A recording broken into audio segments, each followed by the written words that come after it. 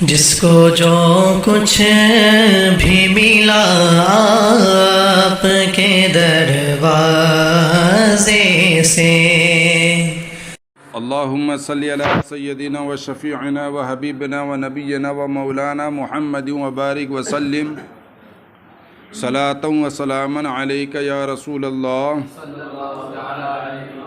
صلاۃ و سلاما علیک یا نبی اللہ، صلاۃ و سلاما علیک یا حبیب اللہ، فداک امی و ابی یا رسول اللہ،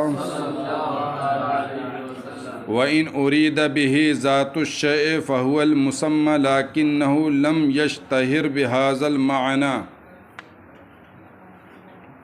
وَقَوْلُهُ تَعَالَى تَبَارَكَ اسْمُ رَبِّكَ وَسَبِّحِ اسْمَ رَبِّكَ. المراد به اللفظ لأنه كما يجب تنزيهه ذاته وصفاته عن النقائص يجب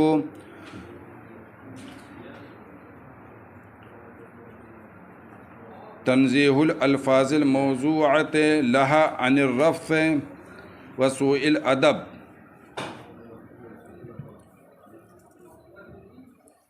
قاضی بیضاوی ایک دوسرے شق بیان کر رہے ہیں. اس سے پہلے شق اول کے بارے میں گفتگو ہوئی تھی کہ اگر اسم سے لفظ مراد ہے تب تو وہ غیر مسمى ہے. کیا ہے؟ غیر مسمى ہے. آج کے سبق میں کہتے ہیں وَإِنْ أُرِيدَ بِهِ ذَاتُ الشَّيْءِ، اگر اس لفظ اسم سے ذات شے مراد ہو فَهُوَ الْمُسَمَّى، تو پھر عین مسمى ہے نا. لیکن اس معنی میں قاضی بیضاوی کہتے ہیں کہ مشہور نہیں ہے،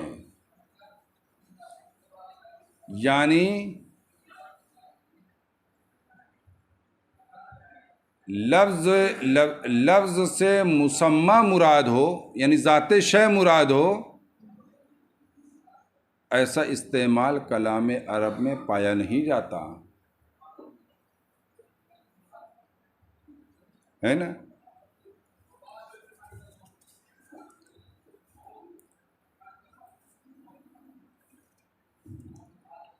تو پھر وقوله تعالی تبارک اسم ربک وسبح اسم ربک، یہ دو آیت ہیں نا. اللہ تعالیٰ کے اس ارشاد سے قاضی بیضاوی کے خلاف دلیل لا رہے ہیں. قاضی بیضاوی نے کیا کہا کہ اس معنی میں مشہور نہیں، یہی کہا نا. کیا مطلب مشہور نہیں؟ کلام عرب میں ایسا استعمال نہیں پایا جاتا کہ لفظ بولا جائے اور اس سے مراد ذات ہو. تو کہا تبارک اسم ربک، تمہارے رب کا نام برکت والا ہے. تو کہا اس میں یہاں مخصوص ذات ہے، یعنی رب کی ذات برکت والی ہے. اعتراض کرنے والوں نے اسی مقصد کے تحت اس آیت سے اعتراض کیا، تو قاضی بیضاوی نے اس آیت کا ذکر کیا. اسی طرح وسبح اسم ربک، یعنی اپنے رب کے نام کی تسبیح پڑھو، یعنی اپنے رب کی ذات کی تسبیح پڑھو. تو آپ نے تو کہا تھا کہ کلام عرب میں ایسا استعمال نہیں پایا جاتا، حالانکہ قرآن مجید میں اس کی مثال موجود ہے. کہ لفظ بولا جائے اور اس سے ذات شے مراد ہو، ذات مراد ہو، مسمى مراد ہو، عین مسمى مراد ہو، جیسا کہ یہاں تو قاضی بیضاوی نے فیصلہ کیا کہ المراد بہ اللفظ۔ آیت کریمہ، جن دونوں آیت کریمہ کو پیش کیا ہے آپ نے، ان میں بھی لفظ سے، ان میں بھی جو ہے اسم سے مراد کیا ہے؟ لفظ اسم ہے۔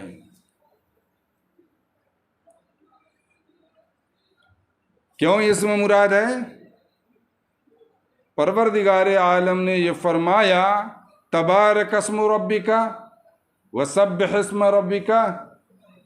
رب تعالیٰ کے ارشاد کا مقصود یہ ہے کہ جس طرح رب تعالیٰ کی ذات تمام عیب سے پاک ہے، تمام نقائص سے پاک ہے، اسی طریقے سے اس کا نام بھی تمام عیب اور نقص سے پاک ہے۔ یہ مقصد ہے یہاں پر۔ تو مراد کیا ہے لفظ اسم سے؟ لفظ مراد ہے۔ تبارک اسم ربک، یعنی تمہارے رب کا نام جو ہے برکت والا ہے، جیسے اس کی ذات برکت والی ہے۔ وسبح اسم ربک، اپنے رب کے نام کی تسبیح پڑھو، ہے نا، جیسے اس کی ذات کی تسبیح پڑھی جاتی ہے نا۔ تو قاضی بیضاوی نے اس اعتراض کو دفع کیا کہ آپ کا جو اعتراض تھا وہ غلط ہے وہاں پر۔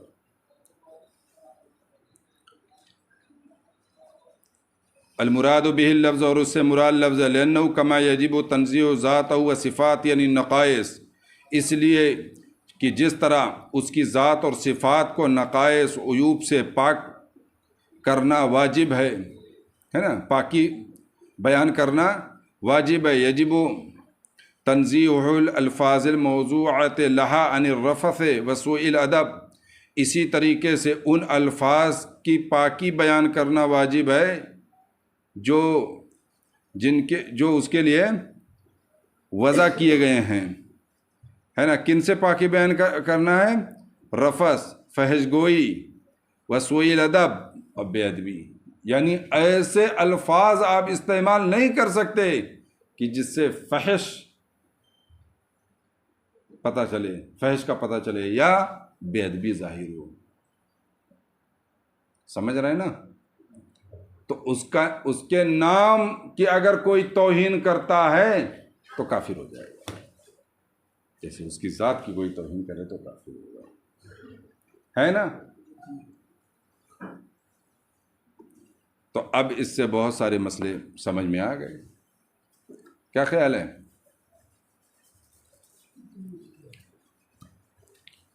اول اسم فیہ مقمہ اقمہ یقمہ اقہام،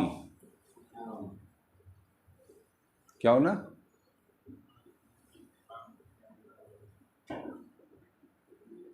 اس کا معنی لغوی ہوتا ہے کہ بیچ میں جو ہے بغیر سوچے سمجھے گھس جانا۔ کیا ہوتا ہے نا؟ جیسے کہا جاتا ہے کہ اقمہ فلان فی الامر، فلاں جو ہے فلاں معاملے میں بغیر سوچے سمجھے گھس گیا، یعنی وہ فلاں معاملے میں زائد ہے، اس کا کوئی کام نہیں دبا نا، تو اس لیے یہاں پہ زائد ہے، نیچے بین السطور میں اے زائدن دیا ہے نا، یا اسم اس میں زائد ہے، جیسے شاعر کے قول میں الی الحول ثم اسم السلام علیکم۔ یہ شاعر لبید بن ربیعہ عامری کا ہے، دور جاہلیت کے شاعر تھے، بہت بڑے شاعر تھے، زمانے نبوی پایا اور اسلام لے آئے۔ انہوں نے اپنی دونوں بیٹیوں سے یہ شعر کہا تھا، اور اگلا مصرع یہ ہے من یبکی حولا کاملا فقد تعذرا، یہ دوسرا مصرع ہے۔ کیا ہے؟ دوسرا مصرع ہے یہ۔ مطلب یہ ہے الی الحول، 1 سال تک رونا ہے، ثم اسم السلام علیکما پھر تم پر سلامتی ہو.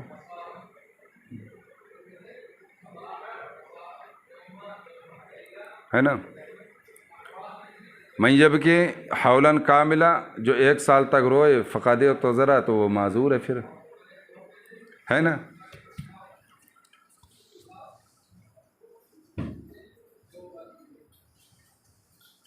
یا اسم اس میں زائد ہے.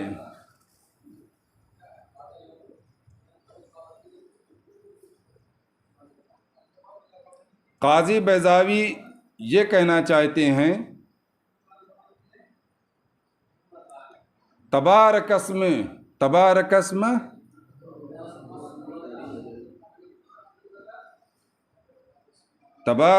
ربی کا ہے، تمہارے رب کا نام برکت والا ہے.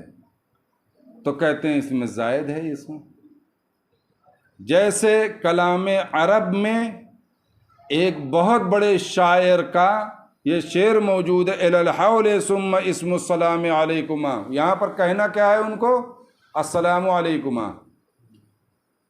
لیکن اسم السلام کہاں؟ اتنے بڑے شاعر وہاں پر اسم کو زائد استعمال کیا. تو یوں ہی تبارک اسم ربک میں اسم زائد ہے،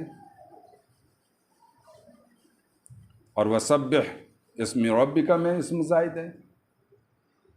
تو معنی یہ ہو جائے گا کہ تمہارا رب برکت والا ہے اور اپنے رب کی تسبیح پڑھو. ہے نا. تو قاضی بیضاوی کہتے ہیں یا اسم اس میں زائد ہے جیسے شاعر کے قول. یہ جیسے کیا ہے؟ یعنی اپنی اس بات کو الاسم فیہ مقمحن، یہ ایک دعویٰ ہے، اس دعوے کی تنویر یعنی اس دعوے کو دلیل کے طور پر روشن کر رہے ہیں کما فی قول شاعر کہہ کر. ہے نا. بھائی لغات عرب کیسے سمجھا جائے گا؟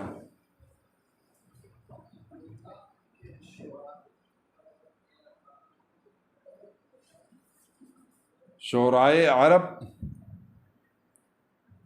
کے لغات اور محاورات، ان کے عرف کو دیکھ کر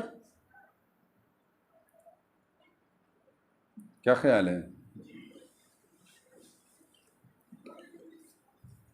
اب آپ دیکھیں حدیث پاک میں ہے وَإِذَا لَقِيتُمُ الْمَادِحِينَ فَاحْثُوا فِي وُجُوهِهِمُ التُّرَابَ. تو جب تم تعریف کرنے والوں سے ملو کہ تعریف کر رہے ہیں تمہارے، تو ان کے منہ میں خاک مارو. اگر اس کو ظاہر پر رکھا جائے تو کیا ہوگا؟ کوئی تعریف کرے گا اٹھا کے مار دے اس کو، جس کو ہمارے یہاں کہتے ہیں مسک دے. حالانکہ جو ہے صحابی رسول مقداد بن اسود نے مسک دیا تھا، کسی نے تعریف کیا اٹھا کے مسک دیا، ظاہر پر جو عمل کیا. لیکن یہ اب اس کو محاورات عرب میں دیکھا جائے گا کہ منہ پہ خاک مارنا کس معنی کے لیے ہے؟ کہ درگزر کرو اس سے دوری بنا لو. ہے نا. کیونکہ تعریف بھی ایک جزا ہے. بہرحال بات سمجھ میں آئی؟ وَإِنْ أُرِيدَ بِهِ الصِّفَةُ، اور اگر لفظ اسم سے نہ تو لفظ مراد لیا جائے، نہ تو ذات شے مراد لیا جائے، بلکہ صفت مراد لیا جائے، کما ہوا رایو شیخ ابی الحسن الاشعری، جیسا کہ شیخ ابو الحسن اشعری کی رائے ہے.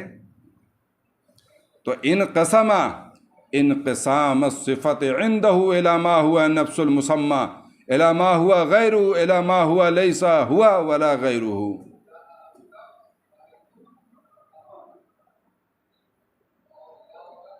تو پھر اسم ان کے نزدیک صفت کی طرح منقسم ہوگا. کس کی طرح منقسم ہوگا؟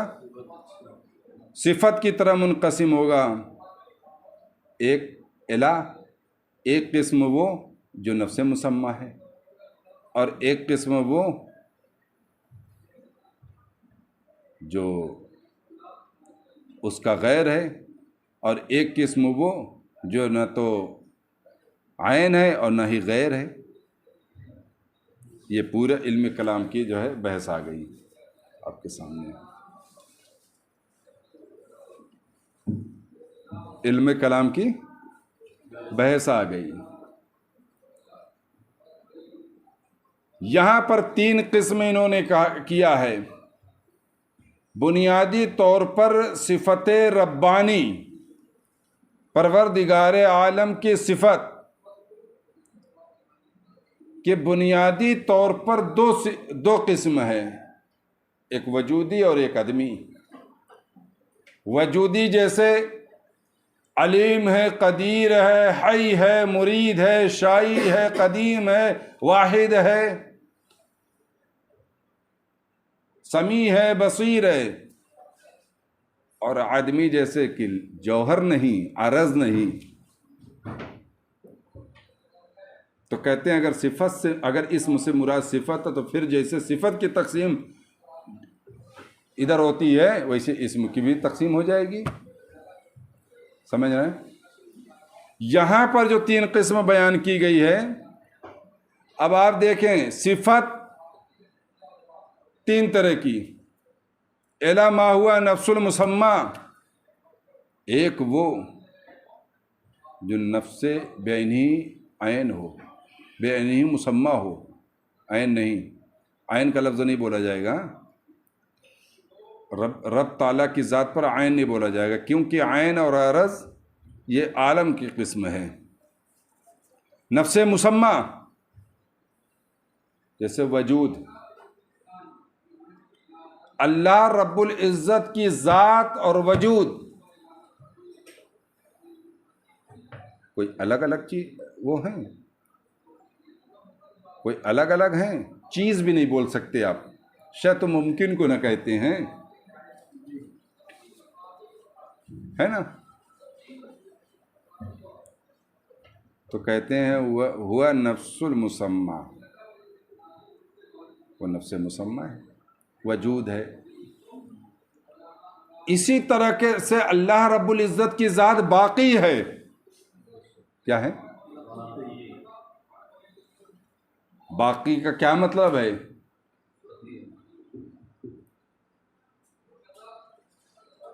قدیم نہیں ہے اس کا معنی، کیونکہ باقی اور قدیم الگ الگ مفہوم رکھتے ہیں۔ قدیم کا مطلب ہے لا ابتداء لوجودہ، جس کے وجود کی کوئی ابتدا نہ ہو، اور باقی کا مطلب ہوتا ہے لا آخر لوجودہ، جس کے وجود کا کوئی آخر نہ ہو۔ یا اور بات ہے جو قدیم ہوگا وہ باقی بھی ہوگا، لازم ہے، جو باقی ہوگا وہ قدیم بھی ہوگا، لازم ہے، لیکن مفہوم کے اعتبار سے دونوں الگ الگ ہیں۔ تو آپ کیا سمجھتے ہیں کہ کوئی زائد معنی ہے یہ باقی ہونا؟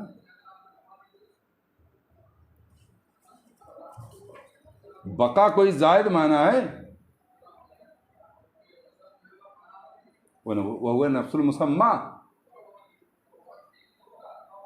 نفس مسمى کا ازلاً اور ابداً برقرار رہنا، یہی جو ہے بقا ہے۔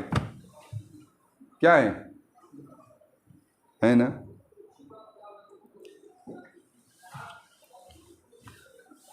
اب ایک بات انہوں نے یہ کہی ہے کہ صفت رب تعالیٰ کی صفت نفس مسمى، یا تو نفس مسمى ہے، الا ما ہوا غیرہ، یا اس کی جانب کہ جو اس کا غیر ہو۔ یہ مقام تھوڑا مشکل ہے، دشوار ہے نا؟ غیر صفات الہیہ کو رب کا غیر نہیں کہہ سکتے، کہ کہہ سکتے ہیں؟ نہیں کہہ سکتے، مگر یہ ماتریدیہ کا موقف نہیں ہے، یہ اشعری موقف ہے نا؟ ماتریدی کا موقف یہی ہے کہ وہ نہ تو عین ذات ہے نہ غیر ذات ہے۔ کیا ہے؟ صفت. الا ما ہوا غیرہ، بلکہ آپ اس کو یوں کہہ لیں کہ الا ما ہوا غیرہ میں وہ چیز آئے گی جیسے امور اضافیہ، قبلیت اور بعدیت.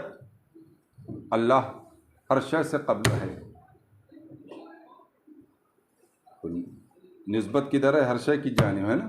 ہر شے سے پہلے کون ہے؟ اللہ. تو قبلیت جو ہے، یہ جو امور نسبیہ میں سے ہے، یہ اللہ کی ذات کا غیر ہے نا.